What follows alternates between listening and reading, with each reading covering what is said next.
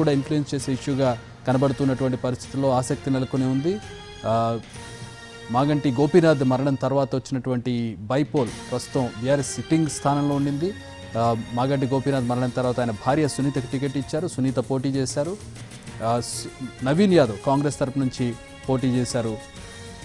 లంకల Deepak Reddy BJP నుంచి పోటీ చేశారు. సో ఎవరు గెలవబోతున్నారనేది మరికొద్దిసేపట్లో క్లారిటీ రాబోతోంది.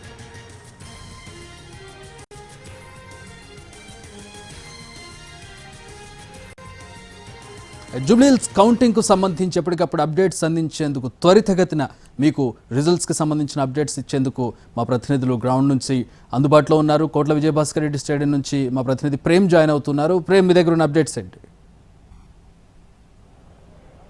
Thank you. కొద్దిసేపటి క్రితమే ఒక కౌంటింగ్ ప్రక్రియ ప్రారంభమైంది చక్రి. ఈ రోజు అంటే ఎంతో మంది ఉత్కంఠగా ఎదురు చూస్తున్నటువంటి ఒక జూబ్లీహిల్స్ బైపోల్ సంబంధించినటువంటి ఫలితాలు కూడా మరికొద్దిసేపట్లో కూడా పూర్తి స్థాయిలో బయటకు వచ్చేటువంటి అవకాశం కూడా కనిపిస్తుంది. ప్రస్తుతం 8 గంటలు అంటే కేవలం 15 నిమిషాల క్రితమే ఈ యొక్క కౌంటింగ్ ప్రక్రియ కూడా ప్రారంభమైంది. ఇందులో భాగంగా మొదటగా ఈ యొక్క పోస్టల్ బ్యాలెట్ కి సంబంధించినటువంటి ఓట్ల లెక్కింపు ప్రక్రియ కూడా కొనసాగుతుంది. అటు ముఖ్యంగా ప్రధాన పార్టీలకు సంబంధించినటువంటి అభ్యర్థులు అలాగే వారి ఏజెంట్లు కూడా పూర్తిగా స్టేడియంకి చేరుకున్నారు. వారి సమక్షంలోనే ఒక ఓట్ల లెక్కింపు కార్యక్రమం కూడా ప్రారంభమవుతుంది. మొత్తంగా అటు 109 పోస్టల్ బ్యాలెట్లకు అప్లై చేసుకోక అందులో 101 పోస్టల్ బ్యాలెట్ ఓట్లు కూడా నమోదయ్యాయి. మొదటగా ఈ యొక్క 101 పోస్టల్ బ్యాలెట్ సంబంధించినటువంటి ఓట్లను కూడా ప్రస్తుతం లెక్కింపు ప్రక్రియ కూడా ప్రారంభమైంది. అటు జిల్లా ఎన్నికల అధికారి ఆర్వి కర్ణన్ అలాగే ఆర్ఓ సాయిరాం ఆధ్వర్యంలో కూడా ఈ యొక్క కౌంటింగ్ ప్రక్రియ కూడా కొనసాగుతుంది. ఈ యొక్క కౌంటింగ్ చేయడానికి ఈ యొక్క కౌంటింగ్ హాల్లో మొత్తం 10 రౌండ్లకు గాను అటు 42 టేబుల్లను కూడా ఏర్పాటు చేయడం జరిగింది. ఈ యొక్క 42 టేబుల్లో భాగంగా కూడా ఈ యొక్క కౌంటింగ్ ప్రక్రియ కూడా ప్రారంభమైంది. అటు పోస్టల్ బ్యాలెట్ కి సంబంధించినటువంటి ఓట్ల లెక్కింపు కార్యక్రమం అటు కేవలం 101 ఓట్లు మాత్రమే పోలిన నేపథ్యంలో అతి తొందరలోనే మరో 5 నుంచి 10 నిమిషాల్లో కూడా ఈ యొక్క పోస్టల్ బ్యాలెట్ కి సంబంధించినటువంటి ఓట్ల లెక్కింపు ప్రక్రియ కూడా పూర్తి కాబోతుంది. ఆ తర్వాత అటు ఈవీఎంలు 407 పోలింగ్ బూత్లకు సంబంధించినటువంటి ఈవీఎం మిషన్లను కూడా ఇప్పుడు అటు టేబుల్స్ పైన కూడా తీసుకొచ్చేందుకు అటు సిబ్బంది కూడా అంతా ఏర్పాటు చేశారు. ఒక్కో టేబుల్ పైన కూడా 3 సిబ్బంది ఈ యొక్క ఈవీఎం సంబంధించినటువంటి ఓట్ల లెక్కింపు ప్రక్రియలో కూడా పాల్గొంటారు. అంతేకాకుండా ఈ యొక్క ఓట్ల లెక్కింపులో భాగంగా కూడా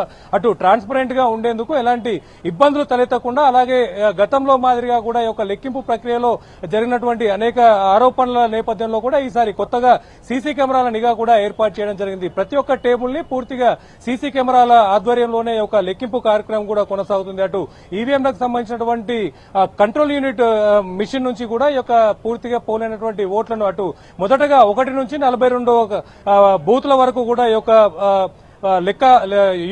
పోలింగ్ లెక్కను కూడా లెక్క పెట్టబోతున్నారు. అలాగే ఒక 42 టేబుల్లో ఒకేసారి పూర్తయిన తర్వాత అంటే సుమారుగా అది కూడా హాఫ్ అన్ అవర్ లో అంటే సుమారు 30 నిమిషాల్లో కూడా ఒక్కొక్క రౌండ్ కూడా పూర్తయ్యేటటువంటి అవకాశం కూడా కనిపిస్తుంది. ఈ యొక్క పోస్టల్ బ్యాలెట్ సంబంధించినటువంటి ఈ లెక్కింపు ప్రకటించిన తర్వాత కొద్దిసేపటికి మరో అర్ధ గంటలోనే ఈ యొక్క ఈవీఎంలకు సంబంధించినటువంటి మొదటి రౌండ్ రిజల్ట్ కూడా వచ్చేటువంటి అవకాశం కూడా కనిపిస్తుంది. అటు ముఖ్యంగా ఏదైతే 2 తెలుగు రాష్ట్రాల ప్రజలు కూడా ఎంతో ఉత్కంఠగా ఎదురు చూస్తున్నటువంటి ఒక ఉప ఎన్నికకు సంబంధించినటువంటి రిజల్ట్ కూడా నెమ్మదిగా వచ్చేటటువంటి అవకాశం కూడా కనిపిస్తుంది. అలాగే ముఖ్యంగా చెప్పాలంటే అటు పూర్తిగా జరిగినటువంటి ఒక ఎన్నికల్లో భాగంగా కూడా కేవలం 48.49% మాత్రమే పోలైన నేపథ్యంలో కూడా అటు ఉత్కంఠ కూడా నెలకొన్నటువంటి పరిస్థితి కనిపిస్తుంది. అంటే ఎవరికైనా కూడా అటు ప్రధాన ప్రతిపక్ష పార్టీలో ఉన్నటువంటి అటు బీజేపీ బీఆర్ఎస్ కావచ్చు అలాగే ప్రస్తుతం అధికారంలో ఉన్నటువంటి అటు కాంగ్రెస్ పార్టీకి సంబంధించిన అభ్యర్థి కావచ్చు వీరందరి మధ్య పోటాపోటీగా ఉండబోతున్నటువంటి పరిస్థితి కూడా నెలకొన్నది. అటు ఎవరికి వారు కూడా విజయం మాదే అని చెప్పేసి ధీమాను కూడా వ్యక్తం చేస్తున్నారు. ఈ నేపథ్యంలోనే అటు పోలింగ్ పర్సంటేజ్ కూడా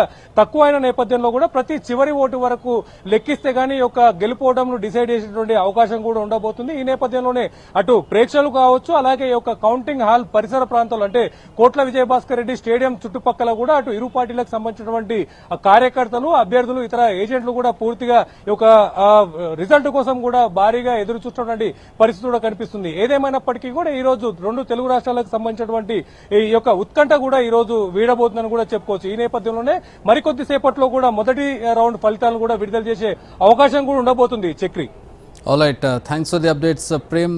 పోస్టల్ బ్యాలెట్ల లెక్కింపు పూర్తయినట్టుగా తెలుస్తుంది. 101 పోస్టల్ బ్యాలెట్లు వచ్చాయి. 101 పోస్టల్ బ్యాలెట్ల లెక్కింపు పూర్తయింది. ఈవీఎంల లెక్కింపు ఉండబోతోంది, మరికొద్ది సేపట్లో ప్రారంభమైంది. ప్రస్తుతం ఈవీఎంల ఓట్ల లెక్కింపు ప్రారంభమైనటువంటి బ్రేకింగ్ చూస్తున్నాం. పోస్టల్ బ్యాలెట్ 101 పోస్టల్ బ్యాలెట్లు ఉన్నాయి. పోస్టల్ బ్యాలెట్లో కాంగ్రెస్ పార్టీకి ఆధిక్యం కనబడుతోంది. బీఆర్ఎస్ అలాగే బీజేపీ వెనుకంజలో ఉన్నాయి పోస్టల్ బ్యాలెట్ల రిజల్ట్లో.